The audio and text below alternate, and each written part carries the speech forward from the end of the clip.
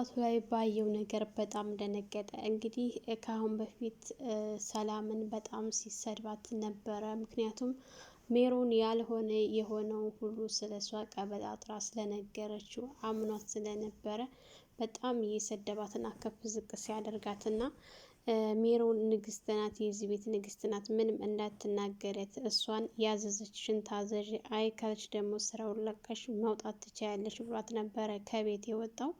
እንግዲህ ሜሮን ለግርማ ሁሉን ነገር አስተካክልልሃለሁ ብላው ነበረ። ልክ ሳሚንና ጆሲን ከቤት እንዲወጡ ካደረገች በኋላ ሰላምን ልታስደፍራት ነበር። ነገር ግን ሰላም እየታገለች ባለችበት ሰዓት ጆሲና ሳሚ ተያይዘው ወደ ቤት እየመጡ ባሉበት ሰዓት እንግዲህ ቤት ውስጥ ብቻዋን ስለነበረች እየጮኸች ባለችበት ሰዓት ምንድነው የተፈጠረው ነገር ብለው ወደ ሰላም ክላስ ሲገቡ እንግዲህ አቶ ግርማ ከላዋ ላይ ወጥተው ሊደፍሯት ሲሉ እጅ ከፍንጅ ይዘውታል ማለት ነው። ሳሚ በአባቱ በሰራው ነገር አፍሮ ቆይ አባዬ ምን እያደረክ ነው? ምን ልትሰራ? እሷ ምኝታ ክላስ መጣ ለካ እስከ ዛሬ እኔ ምንም አላደረኩም ስትል የነበረው ልጅቱ ልክ ናት ማለት ነው። አንተነ ስትዋሸኝ የነበርከው ሲል እንግዲህ አቶ ግርማ ምን አገባ አንተ ምን አገባ ሚስት አለህ አይደለ እንዴ? ስለኔ እኮ አይመለከትህም ብሎ አባዬ እንዴት ልጅህ ከምትወል ልጅ ጋር እኔ እኮ የለኝም አላልኩም፣ ግን አንተ እንዴት ከልጅ ጋር ወደ ታች ትወርዳለህ ብዬ ነገሩ ግራ ቢገባኝ እንጂ እንዴት ግን እንዴት በማለት እንግዲህ ሳሚ በጣም ተናዶና ተበሳጭቶ እንዲሁም ጆሲ መጀመሪያውንም የሆነ ልክ እንዳልሆነ ነገር እንደ ልክ እንዳልነበረ ተሰምቶኝ ነበር። ስለዚህ ይሄ ነገር ሆን ብሎ ተቀነባብሮ የተሰራ ስራ ነውና በማለት እንግዲህ ሰላም ከሆንሽ ብሎ ጆሲ ይዟት ወጥቷል ማለት ነው። ሰላም ሰላም፣ ውድና የተከበራችሁ የቻናላችን ቤተሰቦች እንኳን ሰላም መጣችሁ። እንግዲህ ሜሮን በሰላም ስለምትቀና እሷን ከዚህ ቤት ለማስወጣት ያላደረገችው ድርጊት የላትም ነበረ። ከሳሚ ጋር አጣላቻት፣ እንዲሁም ደግሞ ከአቶ ግርማ ጋር ልታጣላትና ከዚህ ቤት ልታስባረራት ነበር። ነገር ግን በጭራሽ ከዚህ ቤት አትወጣም በማለት ምክንያቱም እሷን አስወጣለሁ ካልሽ ያደረግሽውን በሙሉ እነግረዋለሁ ለሳሚ፣ ከዛ ምን እንደሚፈጠር ቆመን እናያለን። ይልቁንስ አጓግተሽኛልና እሷን እንዴት እንደማገኛትና እንዴት ለኔ እንደምታደርግልኝ ይልቁንስ ንገሪኝ እንጂ ስለሌላው አታስቢ፣ ሰላም ከዚህ ቤት መቼም አትወጣም በማለት እንግዲህ ሲነግሯት አሁን ከክላሴ ውጭልኝ በማለት እሺ ብላ ወጥታ ነበር። ነገር ግን ሜሮን ባደረገችው ነገር ምክንያቱም ይሄንን ነገሯን ሰላም ላይ እያደረገችው ያለውን ነገር ቢሰማ ሳሚ ምን እንደሚያደርጋት ጠንቅቃ ስለምታውቅ እሱን ላለማጣት እንግዲህ ነገሮችን እየቀበጣጠረች ትገኛለች። እንግዲህ ጆሲ መጀመሪያውንም ልክ እንዳልሆነ እየተሰማው ነገር ነበረ። በእርግጠኝነት ሙሉ በሙሉ በጭራሽ ሜሮን እየነገረችው ያለውን ነገር በሙሉ ጭራሽ አልሰማትም ነበርና እስኪ ተረጃት እንረዳት ምናምን ብሎ ሲላት አንተ እኮ ልጅቱን አታውቃትም። ልክ አሁን አንተ እየቀረብካት እንዳለው አቀራረብ ከሳሚም ጋር ጀምራ ነበር። ልጅቱ በጣም አስመሳይ ናት። እኔ ብዙ ጊዜ ከአቶ ግርማ ጋር ይዣታለሁኝ አታውቃትምና ነው። ልክስክስ ናት። ስለዚህ እሷ መባረር አለባት እያለች ባለችበት ሰዓት ግን በሰላምሽ ነው ሜሮን? ምንድን ነው በአንቺና በእሷ መካከል የተፈጠረ ነገር አለ እንዴ ብሎ ሲላት አይ ምንም የተፈጠረ ነገር የለም፣ አንተ ስለማታውቃት ነው ልጅቱን። እያደር ደግሞ ይገባሃል፣ ታያለህ። ሳሚም እንዳንተው ነበረ፣ አሁን ነው ነገሩ ሁሉ ግልጽ ብሎ የገባው ስትል እሱን አብረን እናያለን። ግን ደግሞ አንድ የምነግርሽ ነገር እኔ በጭራሽ ሰርተዋለች ብዬ ይሄን ለማመን ይከብደኛል በማለት እንግዲህ ጥሏት ሄዶ ነበረ። እንግዲህ ጆሲ ወደ ክላሱ ከገባ በኋላ ነገሮቹ ግራ ስላጋቡት ሁላቸውም በየክላስ ሲገቡ እሱ ከሰላም ጋር ሄዶ ሰላም ምንድን ነው እያለ ምግብ ሲያጎርሳት ነበረ፣ ሲያበላት ነበረ። ግን አንተ እንዴት ልትመጣ ቻልክ? ምክንያቱም እነሱ ባሉት ነገር አላመንክም ስትለው እኔ ላምን አልችልም ይሄንን ሰላም።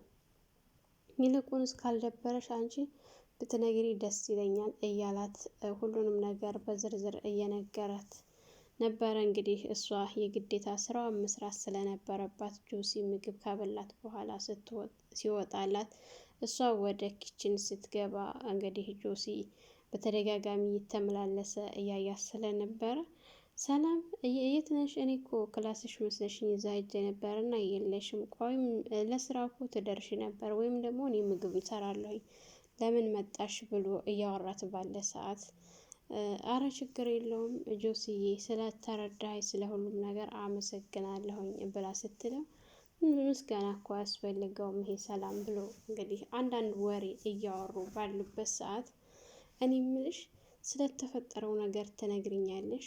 ምንድን ነው ግን የተፈጠረው ነገር? እውነት ግን ይሄ የሰማሁት ነገር እውነት አይደለም አይደል ብላ ስትለው ጆሲ ምናልባሽ ልታምነኝም ላታምነኝም ትችላለህ።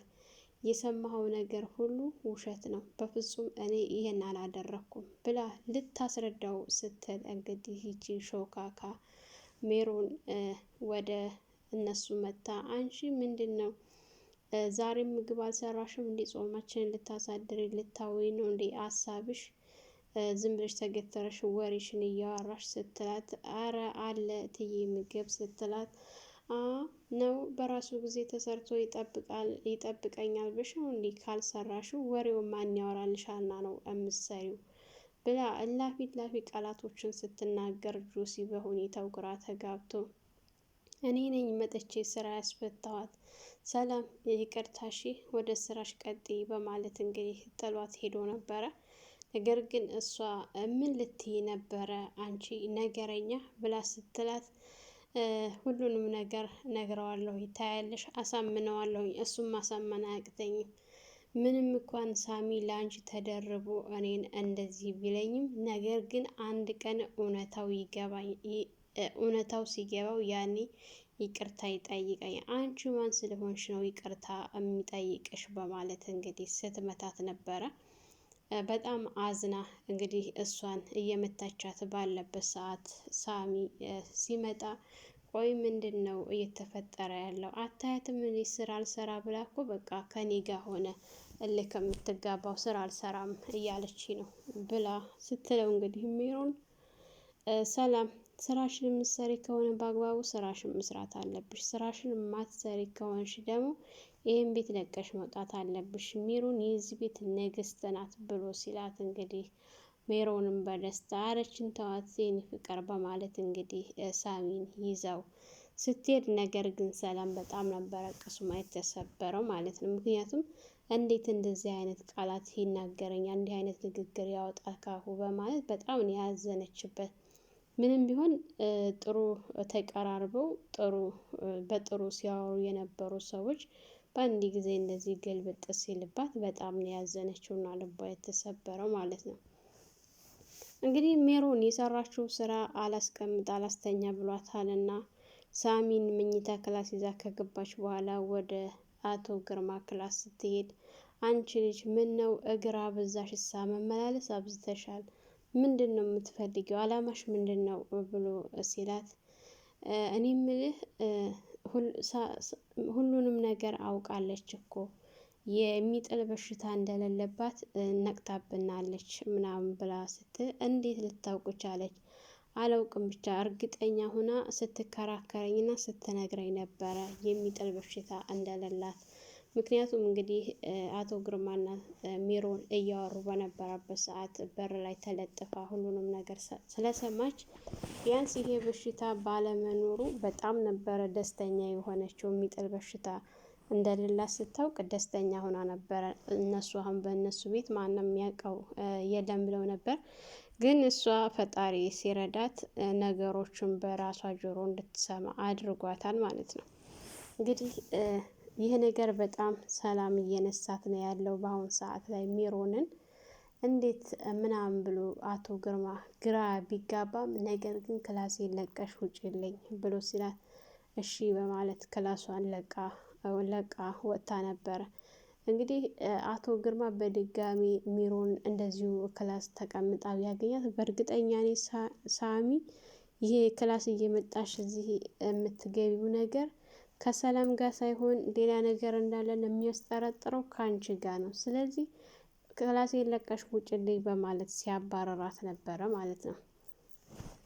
ጆሲና ሳሚ ትንሽ ተደባብረው ነበረ። ወደ ውጭ ወጥተው ራሳቸውን ፈታ አድርገው እያደረጉ ባሉበት ሰዓት እንግዲህ ሜሮን ሰላምን ለማቆሸሽ ስለሆነ ስራዋና አላማዋ ልክ እነሱ ከቤት እንዲወጡ ካደረገች በኋላ እነሱም አምነዋት ከሄዱላት በኋላ እሷም ቤቱን ለቃ ሄዳ ነበር። አቶ ግርማ ብቻ አስቀምጣ፣ ምክንያቱም የፈለገውን እንዲያደርግ እንዲመቸው ብላ ነበር ቤቱን ሁለታቸውን ብቻ አድርጋ ጥላ የሄደችው። ነገር ግን ጆሲ ብዙ ጊዜ ውጭ መቆየት አይፈልግም፣ ወደ ቤት መመለስ ነበርና የፈለገው። ብዙም ሳይቆዩ ወደ ቤት ተመልሰው ሲመጡ አቶ ግርማ ሰላም መኝታ ክላሷ ድረስ ሄደው እንግዲህ ሲመጡባት በጣም ደንግጣ ምን ልትሰራ መጣ አቶ ግርማ ብላ ስትለው እሱንማ ልታየው አይደል እንዲያሳይሻለሁ ብሎ እየተጠጋት ባለ ሰዓት እባክህን አቶ ግርማ እያልች ብትለምንም ነገር ግን እሱ በጭራሽ ሊሰማት አልነበረም። ወደ እሷ እየተጠጋ እንግዲህ ሊደፍራት በሚል ሰዓት ሰላምም እዛው ተኛችበት ስለነበረ የያዛት አቅም አንሷት እየተፈራገጠች ባለችበት ሰዓት እንዳትጮህም አፏን እያፈነ ሲታገል እንግዲህ ጆሲና ሳሚ እንዳጋጣሚ ወደ ቤት እየገቡ ስለነበረ በጣም የሚጮህ ድምፅ ሲሰሙ ወዴት ነው እያሉ ድምፁን እየተከተሉ ሲሄዱ ወደ ሰላም ክላስ ነበር የወሰዳቸው። ጆሲ በሁኔታው በጣም ግራ ተጋብቶ በሩን ዘሎ ሲከፍተው እንግዲህ አቶ ግርማ ሊደፍሯት ከላያ ላይ ሆነው ሲታገሏት ነበረ የደረሰው። ሳሚም ሆነ ጆሲ በአባቱ ነገር በጣም አዝኖ ሁለታቸውም እየተመለከቱ ባሉበት ሰዓት ቆይ አባዬ ምን ልትሰራ መጣህ እዚህ ምን ታደርጋለህ ብሎ ሲለው ሳሚ እናንተ ምን ልታደርጉ መጣችሁ ነበረ የአቶ ግርማ ምላሽ ማለት ነው። እንኳን ሊያፍሩና ሊሸማቀቁ ይቀርና ጭራሽ ምን ልትሰሩም ነው የመጣችሁት ብሎ እሷ እኮ ትወደኛለች፣ እሷ እኮ ወዳና ፈቅዳ እንጂ እናንተ ምን ቤት ናችሁ በማለት ሲጮህባቸው እንግዲህ ሳሚ አባዬ እስከ ዛሬ ድረስ አባቴ ነህ ብዬ ሳከብርህ ነበር፣ ነገር ግን እንደዚህ አይነት የወረደ ስራ ስትሰራ ግን ቆሜ አላይህም በማለት ሳሚ ሲናገር ጆሲ ራሱ በጣም ተናዶ እንዴት ይሄን ታደርጋላችሁ? ይሄን በጭራሽ ለሰላም አይገባትም እያለ ሲከራከር እናንተ ምን ቤት ናችሁ? እናንተ አላችሁ አይደል እንዲህ ሁለታችሁም ተጭኗ ዘንድ መቼ ትወጣላችሁ? ከጭኗ እኮ አትወጡም አልታያቸውም እንጂ በማለት ሁለታቸውም ሲፎክሩ እንግዲህ ሳሚ በጣም ተናዶና ተበሳጭቶ በጣም በቃ ከራሱ ቁጥጥር በላይ ሆኗል እንዴቱ ማለት ነው። ሰላም እንግዲህ ምንም አልሆንኩ ደርሳችሁልኛል እያለች ስትል ጆሲ እርግጠኛ ነሽ ሰላም ምንም አልሆንሽም ምንም አላደረገሽም ብሎ ሲላት እጇን ይዞ ምንም አልሆንኩም ጆሲ በማለት ደንግጣ ስለነበረ እሱን ስታቅፈው እንግዲህ አቶ ግርማ በራቸውን ከፍተው ለቀው ወጥተዋል። ሳሚም ቁጭ ምክንያቱም ባደረገው ነገር አፍሮ ራሱን ይዞ ቁጭ ብሎ በጣም እየተጸጸተ ይገኛል ማለት ነው። ሰላም ሰላም ውድና የተከበራችሁ የቻናላችን ቤተሰቦች እንኳን ሰላም መጣችሁ። ለዚህ ዩቱብ ቻናል አዲስ የሆናችሁ ላይክ፣ ሸር፣ ሰብስክራይብ በማድረግ ቤተሰብ እንድትሆኑ እያልኩኝ ለዛሬ የነበረን ይህን ይመስል ነበረ። በሌላ ቪዲዮ ተመልሼ እስከመጣ መልካም ቆይታ ይሆንላችሁ።